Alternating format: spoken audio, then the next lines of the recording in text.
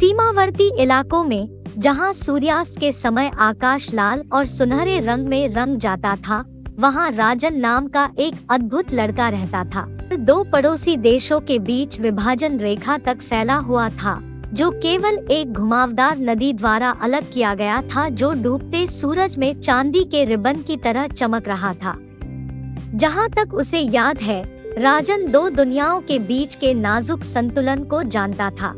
राजन के माता पिता किसान थे, जो सीमा से लगी जमीन पर खेती करते थे।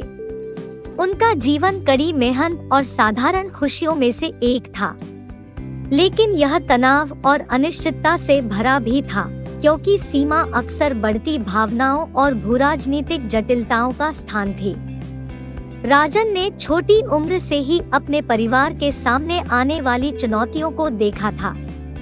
उन्होंने समय समय पर होने वाली झड़पों, दूर तक गोलियों की आवाज और दोनों पक्षों के सैनिकों की हमेशा मौजूद चौकस निगाहों को सहन किया। लेकिन इन कठिनाइयों के बीच राजन ने अपने परिवार और समुदाय की अटूट ताकत और लचीलापन देखा। जैसे जैसे वह बड़ा हुआ, राजन ने कुछ अलग करने की ठान ली। वह जानता था कि सीमा पर रहना एक अनूठी जिम्मेदारी के साथ आता है, विभाजन को पाटने, समझ को बढ़ावा देने और शांति को बढ़ावा देने की जिम्मेदारी।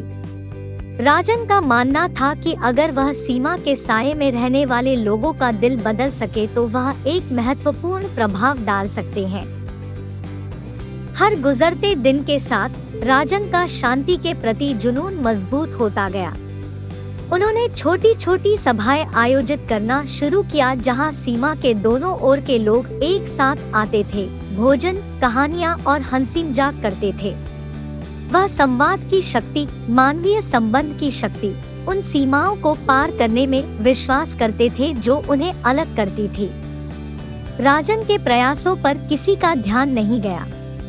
वह अपने समुदाय में आशा का प्रतीक बन गया, और यहाँ तक कि सीमा पर तैनात सैनिकों ने भी उस लड़के पर ध्यान दिया जो शांति के लिए अथक प्रयास कर रहा था। कुछ लोग उनके साहस से प्रभावित हुए और उनकी पहल का समर्थन करने लगे। लेकिन राजन जानता था कि शांति एक बार की उपलब्धि नहीं है। इसके लिए निरंतर प्रयास और अटूट समर्पण की आवश्यकता थी। उन्होंने सीमावर्ती इलाकों में रहने वाले लोगों के अधिकारों और कल्याण की वकालत करते हुए काम करना जारी रखा। उनकी आवाज अधिक मजबूत हो गई, उनका संदेश अधिक गहरा हो गया और उनके कार्य अधिक प्रभावशाली हो गए। जैसे ही राजन एक युवा व्यक्ति के रूप में परिपक्व हुआ, उसे अंतर्राष्ट्रीय मंचों और शांति सम्मेलनों में बोलने के लिए आमंत्रित किया गया। उन्होंने सीमा पर बड़े होने की अपनी कहानी, अपने और अपने समुदाय के सामने आने वाली चुनौतियों की और एक ऐसे भविष्य की आशा को साझा किया जहां सीमाएं बाधाएं नहीं बल्कि पुल होंगी। उनके हार्दिक भाषण दुनिया भर के लोगों को प्रभावित करते थे और उन्हें शांतिपूर्ण समाधान और कूटनीतिक समाधान की दिशा में काम करने के लिए प्रेरित करते थे। राजन आशा की किरण, परिवर्तन की संभावना का जीवन प्रमाण और एक बहादुर व्यक्ति क्या हासिल कर सकता है, इसका प्रतीक बन गया था।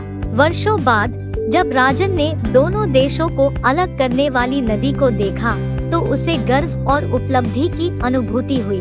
उन्होंने न केवल अपने समुदाय के लोगों का हृदय परिवर्तन किया था, बल्कि राष्ट्रीय और अंतर्राष्ट्रीय स्तर पर नीतियों और निर्णयों को भी प्रभावित किया था।